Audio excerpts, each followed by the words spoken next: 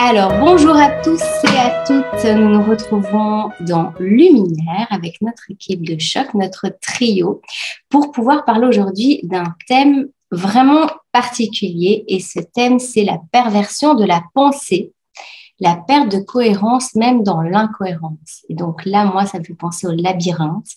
Et c'est Gilbert qui a amené ce thème. Et donc aujourd'hui, je pense que Gilbert, il va beaucoup travailler parce qu'il va nous nourrir. Et par rapport à cette nourriture, eh bien, Karine et moi qui ne sommes absolument pas préparés, qui ne savons absolument pas ce qu'il y a dans la tête de Gilbert, eh bien, on va t'écouter, Gilbert, et puis on va voir ce qui émerge en nous par rapport à ça. Eh bien, voilà, à toi, Gilbert. D'accord. Écoutez, je vous remercie d'avoir accepté ce thème parce que en matière de psychanalyse, tout tourne autour de la cohérence et de l'incohérence. Ce thème-là, c'est vraiment la pierre d'angle, la clé de voûte et le centre de gravité. C'est l'alpha et l'oméga de la psychanalyse. Donc, la cohérence doit d'abord être vue comme un facteur d'unité. C'est-à-dire qu'il s'agit là d'un critère universel, c'est-à-dire d'un repère d'évaluation que tout le monde peut comprendre, mais vraiment indépendamment de toute culture, de tout niveau d'éducation. La cohérence, la perception de la cohérence, c'est vraiment un repère qui est universel. Alors, pourquoi est-ce que tout le monde est en mesure d'appréhender ce qu'est la cohérence ou l'incohérence? Tout simplement parce que c'est quelque chose qui est approchable autant par les instincts que par l'intelligence. C'est-à-dire que les personnes qui sont plutôt de type intuitif ou émotionnel ont exactement la même capacité à percevoir la cohérence ou l'incohérence que ceux qui sont plutôt de type logique ou mental. La cohérence réussit la prouesse de réunir et d'accorder les opposés. Tout le monde, grâce à la cohérence, est à égalité pour pouvoir évaluer la justesse d'une idée, la pertinence d'une idée. Et en ce sens, le côté universel a quelque chose de très réjouissant parce que grâce à cette unité-là, des Inuits du Canada, des habitants de New York ou des Maasai du Kenya peuvent tout à fait pouvoir échanger sur le fond d'une idée, sur le sens des choses, avec une parfaite égalité. Le monde émotionnel n'a pas plus ou moins de valeur que le monde le logique ou cartésien. Et les deux sont sont des outils qui permettent de percevoir ce qui est cohérent ou pas, ce qui fait sens ou pas. Et la cohérence est aussi un révélateur. Elle est le révélateur de ce qui est équilibré ou pas. Alors, par équilibre, lorsqu'on parle d'équilibre, on parle de ce qui est de l'intérêt de tous dans l'harmonie. L'intérêt de tous, ça ne veut pas dire un système égalitaire de type communiste. L'intérêt de tout, c'est simplement une situation en laquelle les besoins fondamentaux de chacun sont atteints. C'est-à-dire qu'il y a des personnes avec des besoins simples et puis qui sont satisfaites de peu de choses, et d'autres qui ont plus d'attentes. Mais tant que ces attentes, même si elles sont élevées, ne se font pas au détriment d'autrui, eh bien, on reste dans l'harmonie, on reste dans l'équilibre. Le déséquilibre, lui, il parle de l'intérêt de quelques-uns au détriment des autres. C'est-à-dire qu'avec le déséquilibre, on parle de spoliation, on parle de violence, et on est dans l'incohérence. Et l'incohérence, elle, est une violence.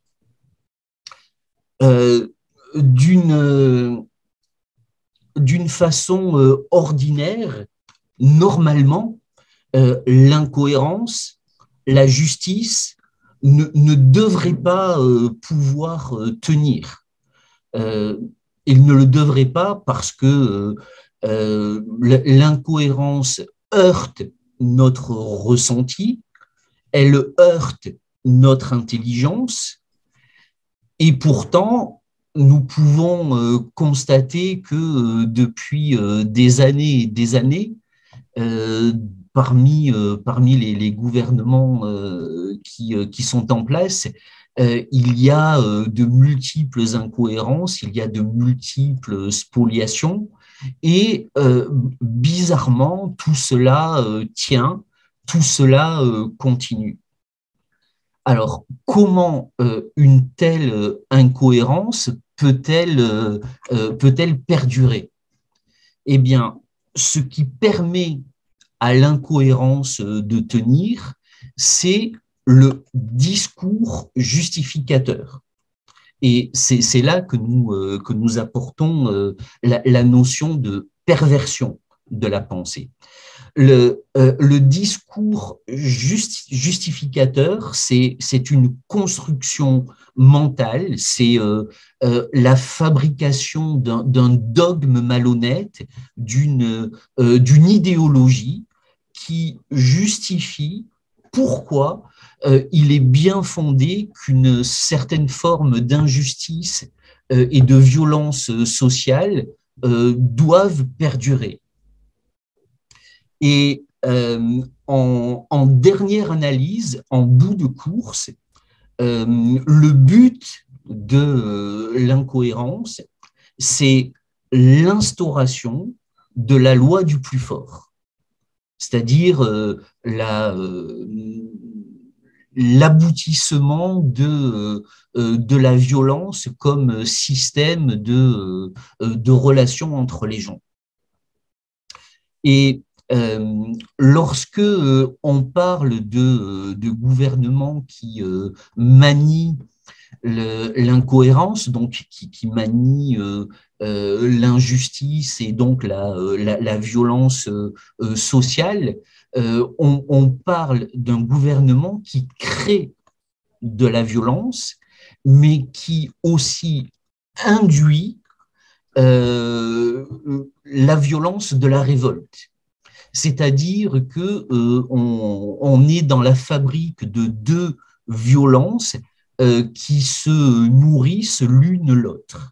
Et on reste dans une situation de chaos qui maintient la loi du plus fort. Alors, on peut, sur un plan analytique, on peut s'intéresser à savoir qui détient les manettes, qui a intérêt à ce que règne la loi du plus fort. En fait, c'est une question à laquelle on ne peut pas trouver de réponse immédiate. La seule chose que l'on peut constater, c'est que cette loi du plus fort, qu'elle soit portée par des gouvernements qui instaurent de l'incohérence, ou qu'elle soit portée par des révoltés qui se vengent et qui font payer aux élites les souffrances qu'ils ont endurées, dans tous les cas, il n'y a aucune harmonie. Quel que soit le camp qui porte le rapport de force, c'est toujours le rapport de force qui triomphe. Est-ce que à ce stade, ça a été suffisamment posé, suffisamment clair? Alors, Karine, pour toi, j'ai deux réactions.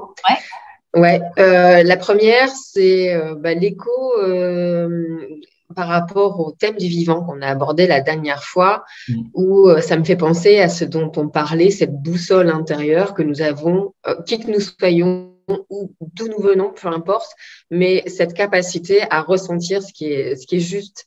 Et là, vraiment, pour moi, l'écho, il est très évident. Quant à ma deuxième réaction, elle concerne cette arrivée, ce maintien de l'incohérence. Ça me fait penser à cette inversion des valeurs dont on parle beaucoup et dont en tout cas pour beaucoup de nos contemporains, on ne prête plus vraiment attention, de considérer que ce qui est normal aujourd'hui ne le serait pas dans d'autres circonstances, c'est-à-dire de cet éloignement fou de ce qui normalement fait sens. De cette inversion, de cette perversion effectivement de la pensée, d'arriver à tout son contraire. Et on voit bien effectivement que le système a intérêt à maintenir cette incohérence pour diverses raisons dont tu as parlé, Gilbert. Et ça me frappe effectivement, et je trouve que c'est d'autant plus frappant ces 3 dernières années, du fait que c'est une stratégie, effectivement, pour nous éloigner du bon sens, du discernement, de la clarté, de l'harmonie dont tu parlais, qui fonde la cohérence de la pensée. Voilà, à ce stade, mes deux premières réactions. Super. Oui, alors le thème de Luminaire, c'est développer l'esprit critique face à l'information. Et on pourrait aussi développer l'esprit critique, mais incohérente. Donc, c'est important de commencer à la base, de trouver sa propre cohérence. Et quand tu parlais de discours justificatif, moi, ça m'a fait penser en technique de manipulation, le double discours, où en fait, on dit 2 choses contraires. Et donc, moi, j'ai une personne qui m'a expliqué que dans son état des lieux, il y a marqué logement non meublé, et puis plus loin, il y a tous les meubles qui sont à l'intérieur. Et du coup, on dit, on prend quelle partie pour dire qu'il est meublé ou qu'il est non meublé. Et en fait, je constate qu'on vit un peu beaucoup ça dans les discours des politiques, c'est qu'on dit les deux. Comme ça, si à un moment donné, on dit oui, mais tu as dit ça, oui, mais j'ai dit le reste aussi. Et donc, du coup, il n'y a plus de cohérence du tout. Et alors, par rapport à la cohérence, oui, le fait que tu exprimes qu'instinctivement, en fait, on le ressent, c'est important. Maintenant, c'est vrai que des fois, quand on ressent des choses et qu'on n'arrive pas à les refaire monter, à les exprimer et à comprendre pourquoi ce qu'on ressent n'est pas cohérent, on ne peut pas sortir de la manipulation mentale, puisque justement, la manipulation mentale, c'est de manipuler le mental. On peut même sans le comprendre, même sans l'analyser, on peut se fonder sur ce ressenti, sur ce mal-être, qui est un message et qui nous dit que quelque chose d'anormal est en train de se passer.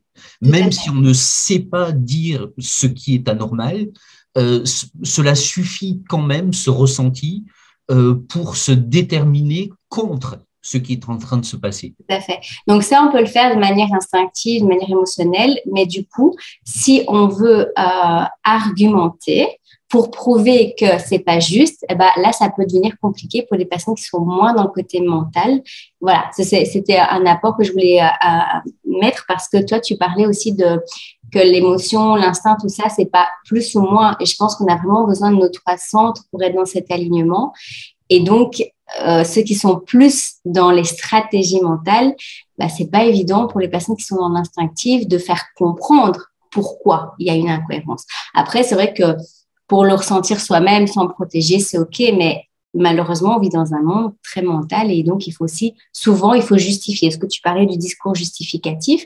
Eh bien, nous, on doit aussi devoir justifier pourquoi nous, on trouve que c'est incohérent, même si on n'a pas tout.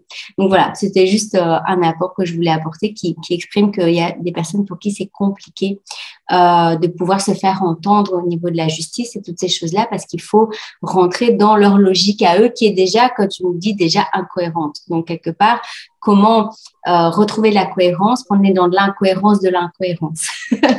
Et donc, moi, je voudrais savoir, tu parles de la perte de cohérence, même dans l'incohérence. Moi, ça me... Qu'est-ce que tu veux dire exactement par là, la perte de cohérence, même dans l'incohérence? C'est quand même vachement paradoxal.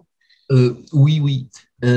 Avant cela, si tu permets, Céline, puisque tu aimes bien les exemples, je voudrais illustrer cette notion de rapport de force triomphant au travers d'un exemple dont j'ai eu connaissance tout récemment.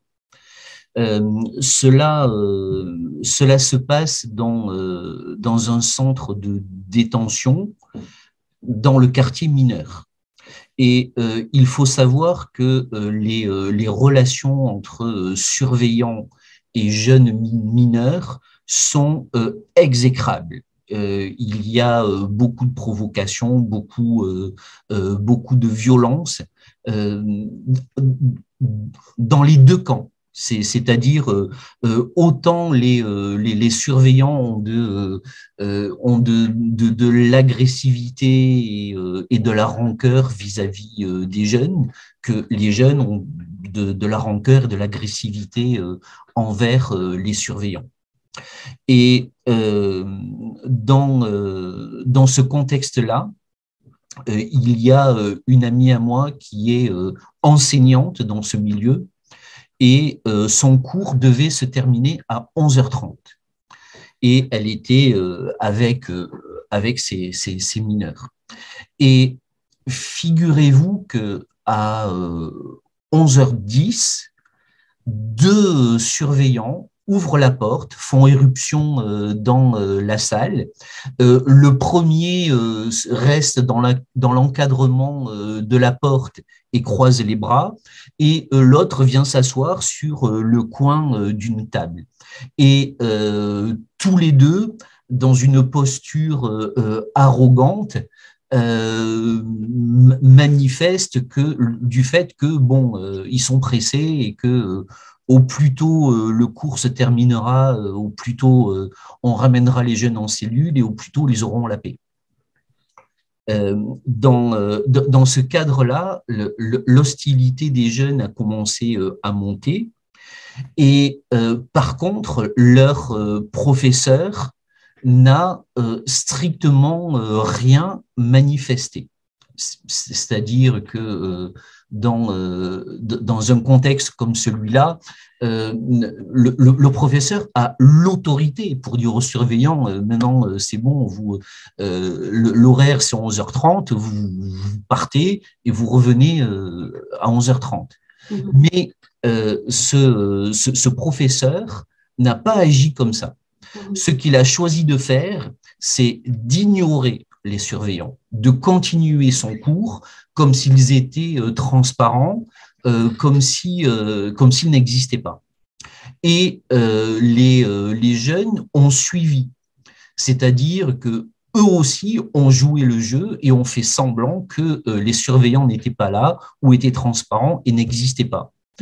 Et ceux-ci, les surveillants, ont tenté à plusieurs reprises d'intervenir et chaque fois, ils ont été ignorés. Et à la fin, ils ont fini par repartir et ils sont revenus à 11h30. Mhm. Et j'ai demandé à cet ami, mais pourquoi est-ce que tu n'as pas viré les surveillants? Mhm. Et elle m'a répondu ceci, c'est que les jeunes ont tendance à suivre le professeur. C'est-à-dire que si moi, professeur, j'avais éjecté les surveillants, les jeunes m'auraient suivi. Ils m'auraient suivi à leur façon, c'est-à-dire avec de l'agressivité, avec des mots grossiers. Ils auraient demandé aux surveillants de s'en aller, mais encore une fois avec un langage fleuri, avec des insultes. Et ce qui aurait nourri, une fois de plus, l'agressivité et le rapport de violence entre les deux parties. Donc ici, ce professeur a choisi de ne pas rentrer dans le rapport de force, de ne pas répondre aux provocations et de rester dans quelque chose de très harmonieux. Elle a gardé une cohérence dans l'incohérence de l'irruption des surveillants. Donc, je tenais à présenter cet exemple pour démontrer qu'il existe une manière de se comporter qui ne fasse pas le jeu du rapport de force, que la cohérence, l'harmonie pouvait jouer la désescalade et servir d'exemple à ceux qui en ont le plus besoin, à savoir ici les jeunes en détention. Wow. Est-ce qu'il vous a plu cet exemple? Oui, pour moi, c'est vraiment beaucoup plus clair.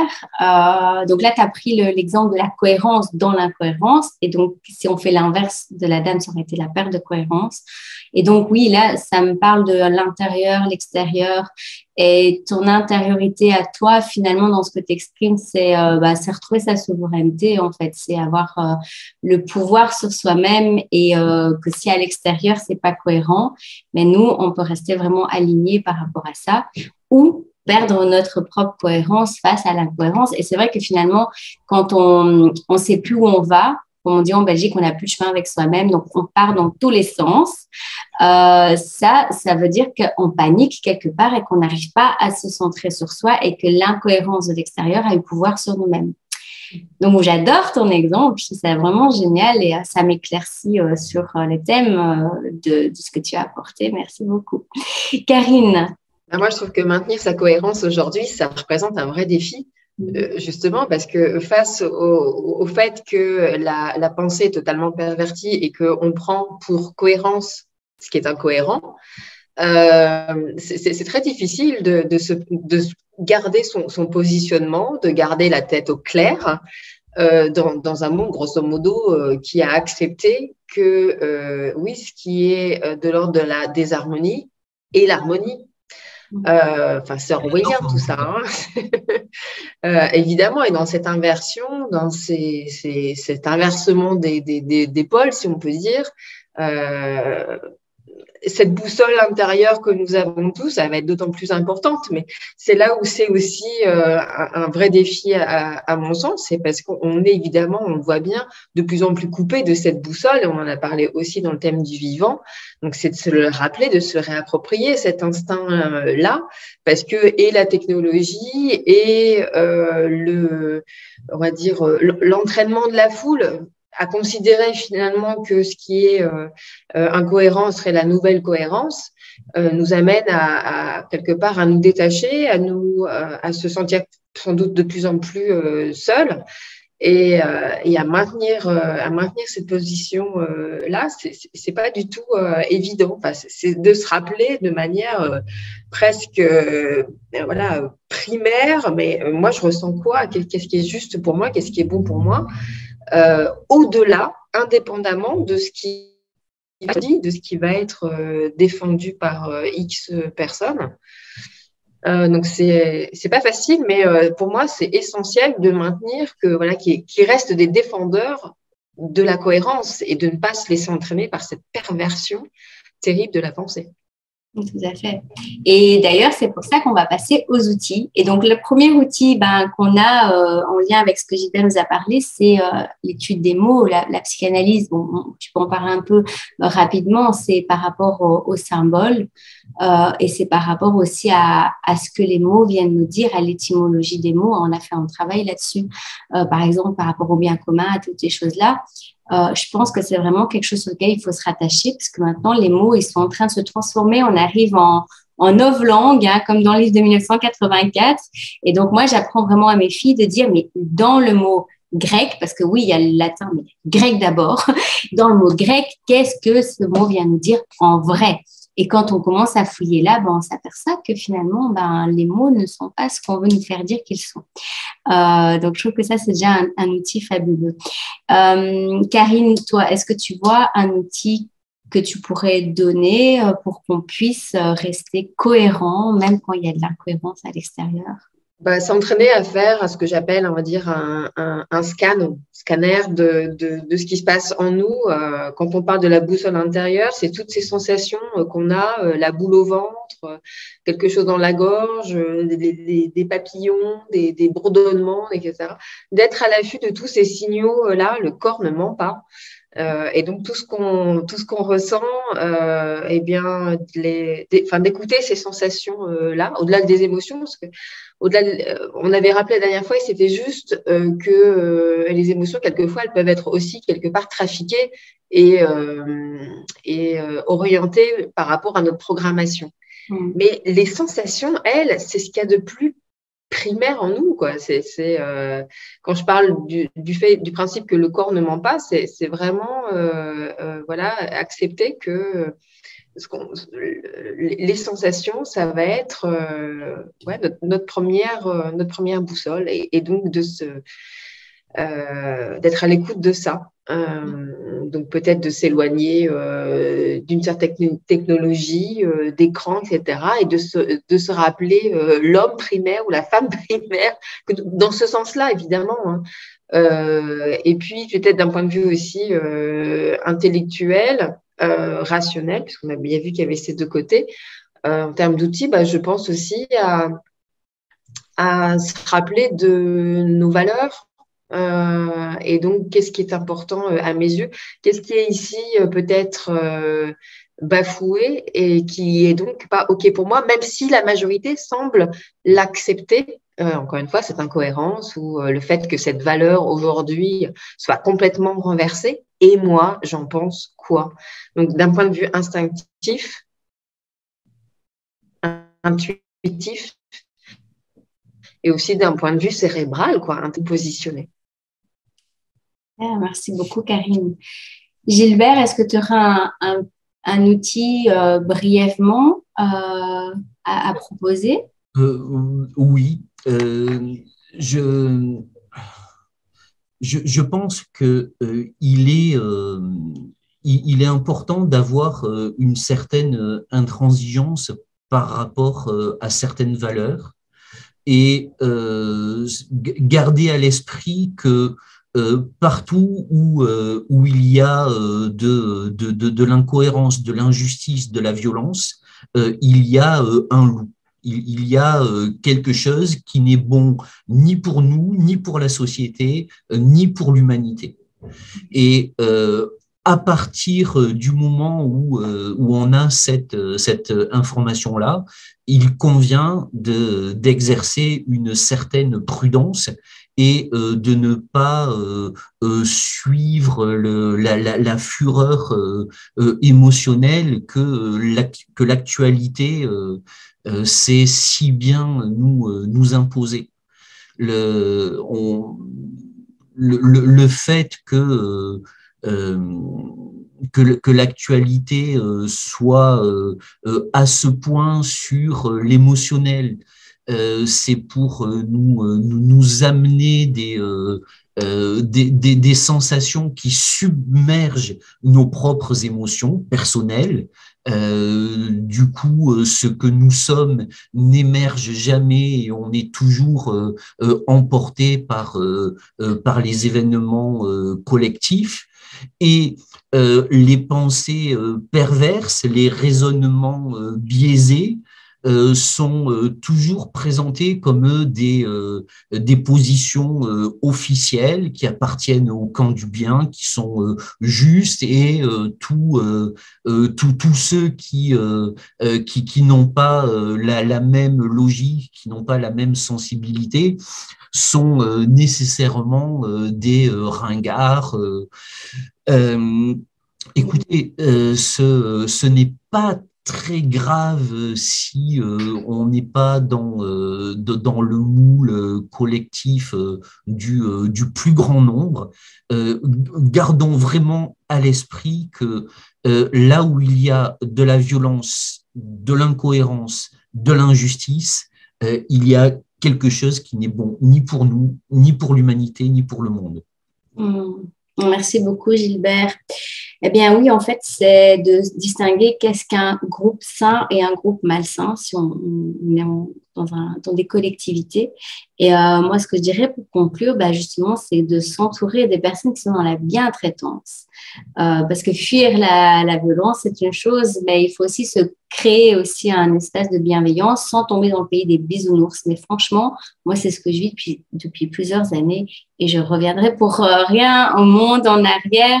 Donc, vraiment choisir les personnes qui ont des bonnes intentions, qui sont cohérents, ça existe. Je pense qu'on pourrait dire qu'il y a entre 10-20% de la population. C'est quand même beaucoup, hein. Ça fait quand même de 20 personnes sur 100, donc 2 personnes sur 10. Peut-être plus, hein, c'est ce qu'on dit. Donc voilà, c'est parce qu'il y a des personnes qui ont peur de perdre finalement de leur famille ou de choses. Mais si on s'entoure et qu'on est exigeant, parce que tu parlais de intransigeance vis-à-vis de nos valeurs, mais du coup, si on est soi-même exigeant et que soi-même on recherche cette cohérence et qu'on se remet en question, eh bien, on le mérite aussi d'avoir des personnes qui sont cohérentes.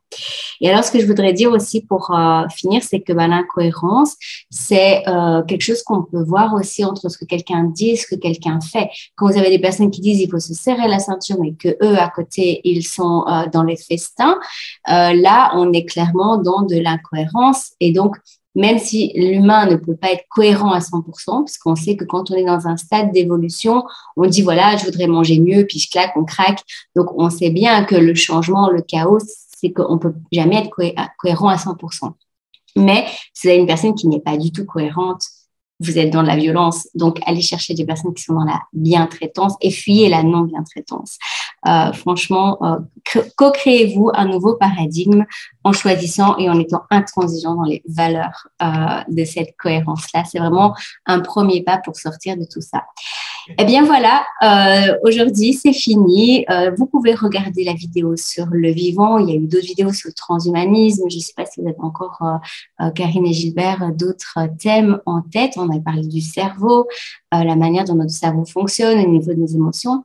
Voilà, donc il y a… La pensée. Sur la pensée, oui, voilà. L'autonomie de la pensée, c'est juste, tout à fait. Donc voilà, il y a vraiment… le bien commun. Une belle richesse, le bien commun. La confiance innée. Partagé, la confiance innée. Waouh, super. On en a fait du boulot. Hein. Oui. Voilà. Eh bien, on vous souhaite de travailler sur votre cohérence et puis de nous venir aussi nous dire si vous avez, je sais pas, des thèmes qui vous parlent, des questions. On reste là. On est contactable en tout cas. Vous pouvez aussi parler dans la description des vidéos, dans les commentaires de YouTube. Et nous, on se fera un plaisir de vous répondre aussi et de vous orienter sur d'autres vidéos qu'on a faites. Voilà. À tout bientôt. Ciao, ciao. À bientôt.